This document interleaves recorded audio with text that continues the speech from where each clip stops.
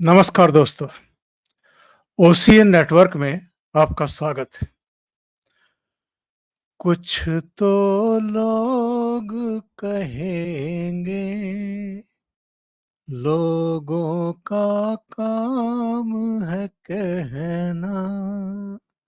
और लोगों ने कहना शुरू कर दिया है, पूछना शुरू कर दिया है, ईडी ने विरोध क्यों नहीं किया संजय सिंह की जमानत का। सुप्रीम कोर्ट ने तो पूछा था, क्या आप जमानत का विरोध कर रहे हैं?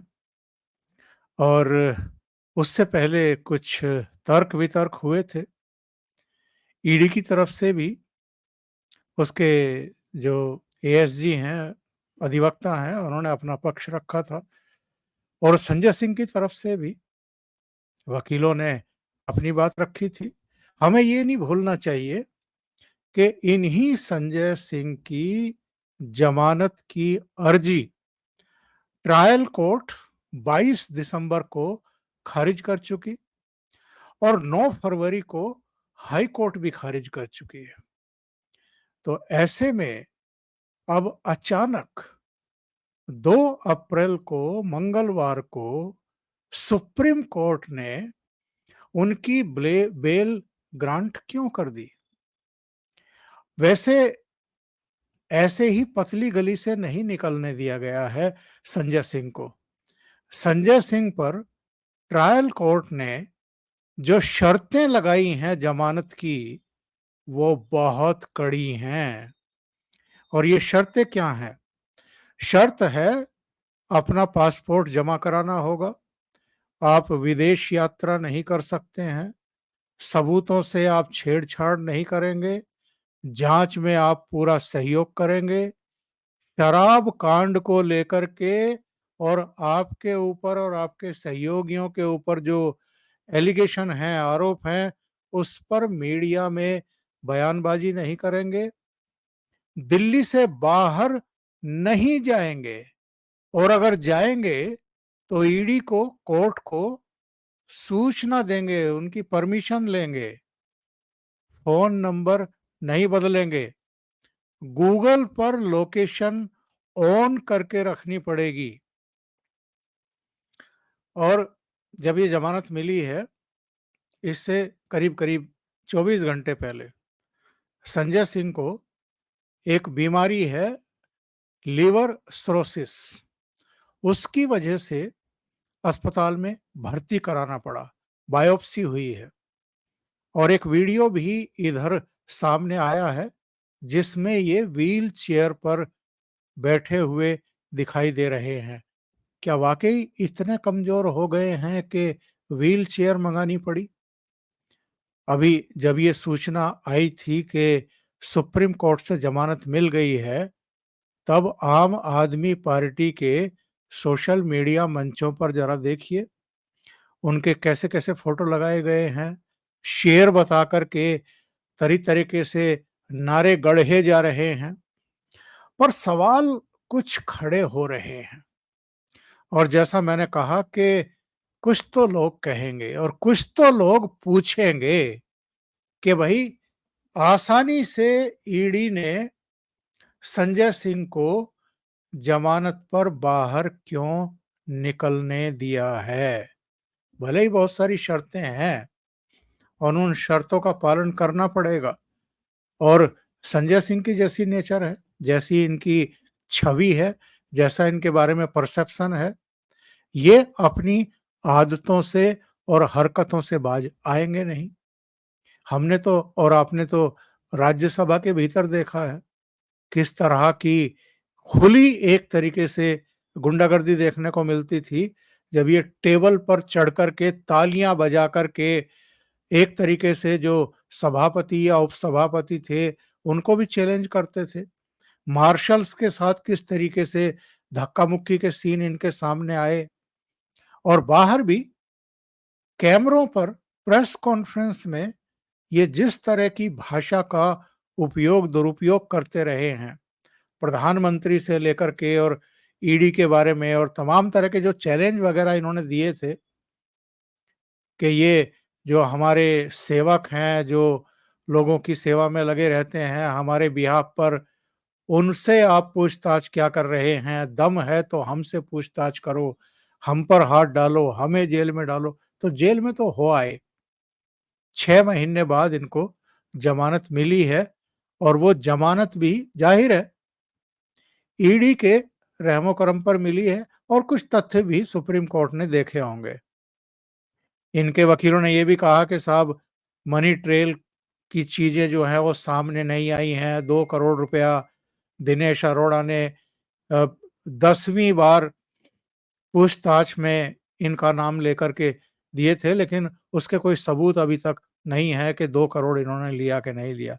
बहरहाल इतनी सारी शर्तें मैंने ज़मानत की आपको गिनाई हैं, इससे ये तो पता है कि जो केस की मेरिट है, उसको लेकर के सुप्रीम कोर्ट को कोई किसी तरह की दिक्कत नहीं है। उस पर कोई कमेंट सुप्रीम कोर्ट ने नहीं किया है। यानी जो आरोप लगाए गए हैं, जो शराब घोटाला हुआ है, जिस भी तरीके से मनीष सिसोदिया हों, संजय सिंह हों, विजय नायर हों, शराब कारोबारी हों या अब अरविंद केजरीवाल हों और अरविंद केजरीवाल के बाद भी लिस्ट कम होने का नाम नहीं ले रही है। अभी तो आतिशी मारलेना है, सौरभ भारद्वाज हैं और इन दोनों ने प्रेस कॉन्फ्रेंस में 2 और नाम ले दिए, राघव चड्ढा का और दुर्गेश पाठक का। तो अभी ये सूची कहाँ तक जाएगी कह नहीं सकते हैं। लेकिन मूल सवाल जिसके लिए मैंने आज ये प्रोग्राम किया है, वो ये है कि संजय सिंह को जेल से बाहर क्यों आने दिया गया है? क्या इसके पीछे कोई प्लानिंग है? कोई सोच है? कोई आगे की, भविष्य की, फ्यूचर की कोई डिजाइनिंग की गई है और ईडी को कह दिया गया कि नहीं बाहर आने दीजिए? अब जो राजनीतिक समीक्षक हैं और जो थोड़ा बहुत भी आम आदमी पार्टी की दिल्ली की राजनीति और ओवरऑल कुल मिलाकर के जो राजनीति इस समय चल रही है उसको समझते हैं, बूझते हैं, उनका विश्लेषण करते हैं अपने विवेक से, कोई कहीं से प्रेरित होकर के नहीं। उनको ऐसा लगता है कि जिस तरीके से अरविंद केजरीवाल ने पिछले कुछ दिनों में अपनी गिरफ्तारी से पहले और अपनी गिरफ्तारी के बाद जिस तरह की बयानबाजी की है, जिस तरीके से सुनीता केजरीवाल को आगे किया है उन्होंने और ये संकेत दिए हैं कि अगर मुझे रिजाइन करना ही पड़ा संवैधानिक बाध्यताओं के चलते या अगर लेफ्टिनेंट गवर्नर ने और केंद्र सरकार ने तमाम तरह की दुश्वारियों के बावजूद, संवैधानिक संकट के बावजूद दिल्ली में राष्ट्रपति शासन लागू नहीं किया और इनको लगातार और एक्सपोज करते रहे, क्योंकि तिहाड़ जेल आप पहुंच गए, ईडी की कस्टडी में थे, तब भी समझ में आ रहा था, हालांकि तब भी इनको गिरफ्तार तो हो ही गए थे ना, तो गिरफ्तारी के तुरंत बाद या गिरफ्तारी से पहले इनको मुख्यमंत्री पद छोड़ देना चाहिए था। नैतिकता भी यही कहती है, परिपाटी भी यही कहती है और अब तक की जो परंपराएं चली आ रही हैं वो भी यही कहती है। लेकिन श्रीमान जी ने रिजाइन नहीं किया। अब 10-11 दिन की ईडी की कस्टडी और पूछताछ के बाद जब इनको ट्रायल कोर्ट ने, राउज एवेन्यू कोर्ट ने न्यायिक हिरासत में तिहाड़ जेल भेज दिया, उसके बाद भी अब 48-72 घंटे से ज्यादा हो गए हैं, 72 घंटे से ज्यादा हो गए हैं, 3 दिन हो गए हैं तिहाड़ जेल में रहते हुए, अभी भी मुख्यमंत्री बने हुए हैं, अभी भी रिजाइन नहीं कर रहे हैं।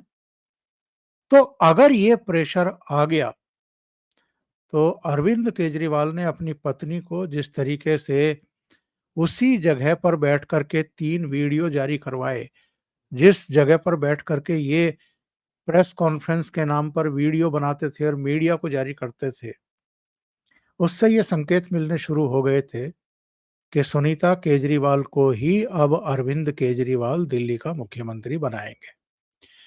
और जिस तरीके से ये रामलीला मैदान में सुनीता केजरीवाल को उनके बराबर में हेमंत सोरेन की पत्नी कल्पना सोरेन को बैठाया गया, जिस तरीके से दोनों से भाषण दिलवाए गए, तो वो एक झारखंड मुक्ति मोर्चा के नेता और वर्तमान मुख्यमंत्री जो मजबूरी में बनाए गए हैं चंपई सोरेन, उनके लिए भी एक संकेत था।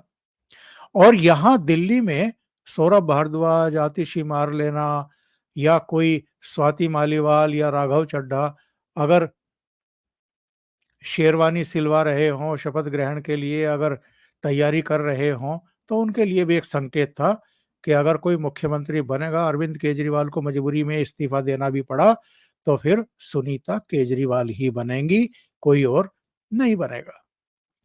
तो अपना कहना ये है कि इनमें से कोई भी ऐसे कद का नेता नहीं है, उतना वोकल नहीं है, उतनी हठधर्मी दिखाने वाला नहीं है, उतना निरंकुश नहीं है, जितना कि संजय सिंह है।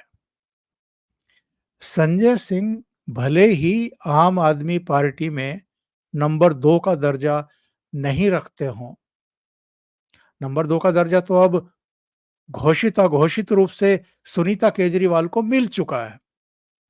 लेकिन अपना मानना ये है कि संजय सिंह को अगर बाहर आने दिया गया है, तो कहीं न कहीं जो कुछ भी ये इस समय दिल्ली में हम देख रहे हैं, इसमें एक प्लानिंग है, एक डिज़ाइन है और शायद संजय सिंह के लिए भी एक रिलीफ़ मिली है। उनके परिवार ने तो बड़ी राहत की साँस ली है। उनकी पत्नी उनका मुचलका भरने के लिए ट्रायल कोर्ट पहुँच गई, 2 लाख का मुचलका भरवा दिया, उनकी रिहाई का पक्का बंदोबस्त हो गया।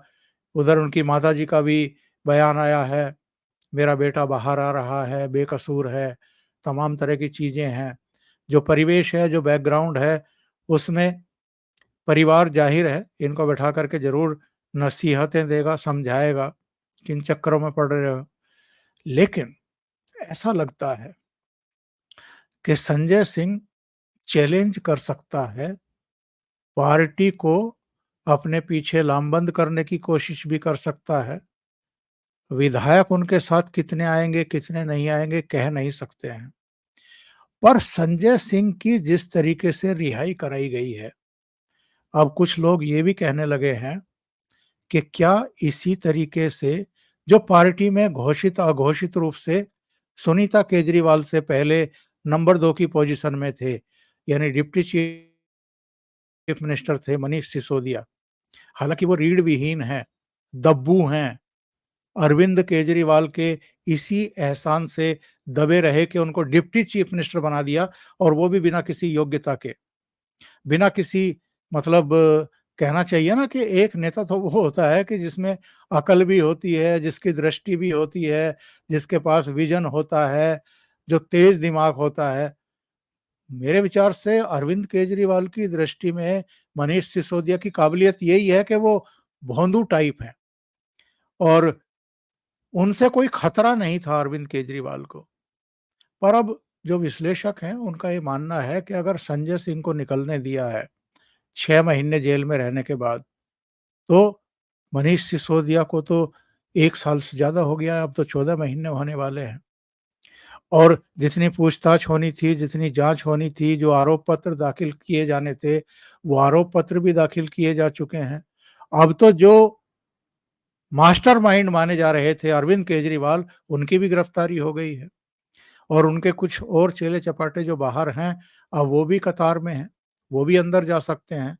कम से कम 2 का नाम तो खुद अरविंद केजरीवाल ने ही ले दिया था, आतिशी मारलेना का और सौरभ भारद्वाज का। और ये नाम भी क्यों लिया गया है, इसका भी अब धीरे-धीरे पर्दाफ़ाश हो रहा है, क्योंकि ये दोनों ज़्यादा उछल रहे थे अरविंद केजरीवाल की गिरफ्तारी के बाद और अपने आप को लाइमलाइट में ला रहे थे कि मुख्यमंत्री अगर बनने की नौबत आई तो मैं यानी आतिशी मारलेना कह रही थी कि मैं ही दावेदार हूँ। मतलब कह नहीं रही थी, शो कर रही थी, बॉडी लैंग्वेज से। जिस तरीके से वो पुलिस वालों से भिड़ रही थी, बहस कर रही थी, बार-बार प्रेस कॉन्फ्रेंस कर रही थी, सौरभ भारद्वाज भी एक चैलेंज हो सकते थे। इसलिए दोनों का नाम तो अरविंद केजरीवाल ने ले दिया कि विजय नायर तो इनको रिपोर्ट करते थे, मुझे रिपोर्ट नहीं करते थे।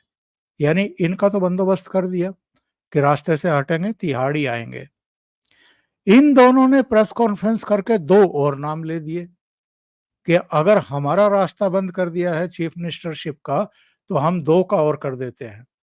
हालाँकि दुर्गेश पाठक तो कहीं चीफ मिनिस्टर की लाइन में नहीं थे, लेकिन राघव चड्ढा हो सकते थे। एक और नाम स्वाति मालीवाल, जिनको दिल्ली की महिला आयोग की चेयरमैनशिप से सीधे अरविंद केजरीवाल ने मेहरबानी करके राज्यसभा में भेजा था। लेकिन पिछले कुछ दिनों से लोग ये भी तो पूछ रहे हैं कि स्वाति मालीवाल है कहाँ? हर बात पर ट्वीट करने वाली स्वाति मालीवाल पूरे प्रकरण में चुप्पी क्यों साधे बैठी हैं? या राघव चड्ढा कहाँ हैं?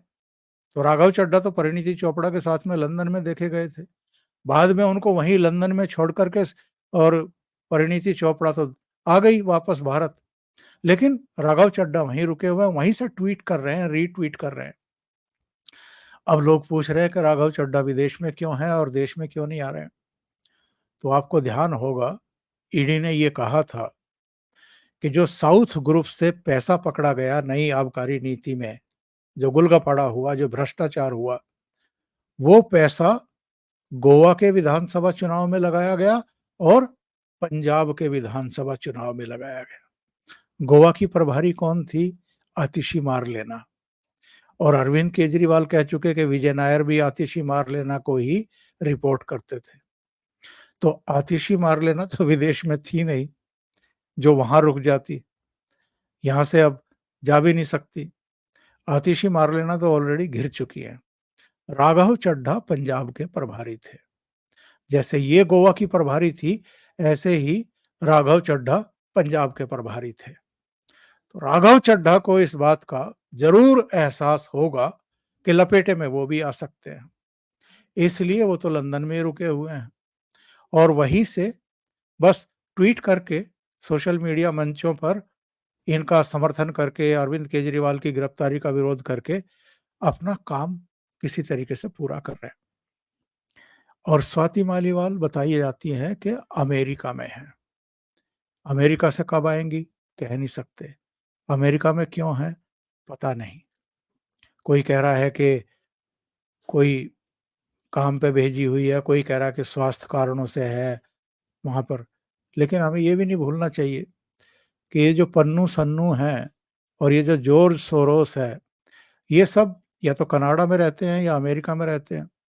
मतलब पश्चिमी देशों में ही रहते हैं। और अरविंद केजरीवाल पर किसी और ने आरोप नहीं लगा रहा। खुद पन्नू ने, गुरपंत पन्नू ने कैमरे पर आकर के ये आरोप लगाया है कि भुल्लर की रिहाई के लिए हमने इनको 133 करोड़ रुपए का चंदा दिया था। यानी अरविंद केजरीवाल कई तरफ से बुरी तरीके से घिरे हुए हैं। और चूंकि ईडी ने, आज हाई कोर्ट में भी बहस चल रही है, उस पर मैं अलग से एक अपडेट दूंगा शाम को।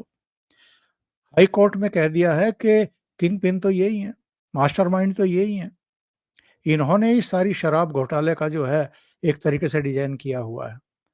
तो अरविंद केजरीवाल तो लंबे समय तक अंदर रहेंगे, इसकी व्यवस्था ईडी कर रही है।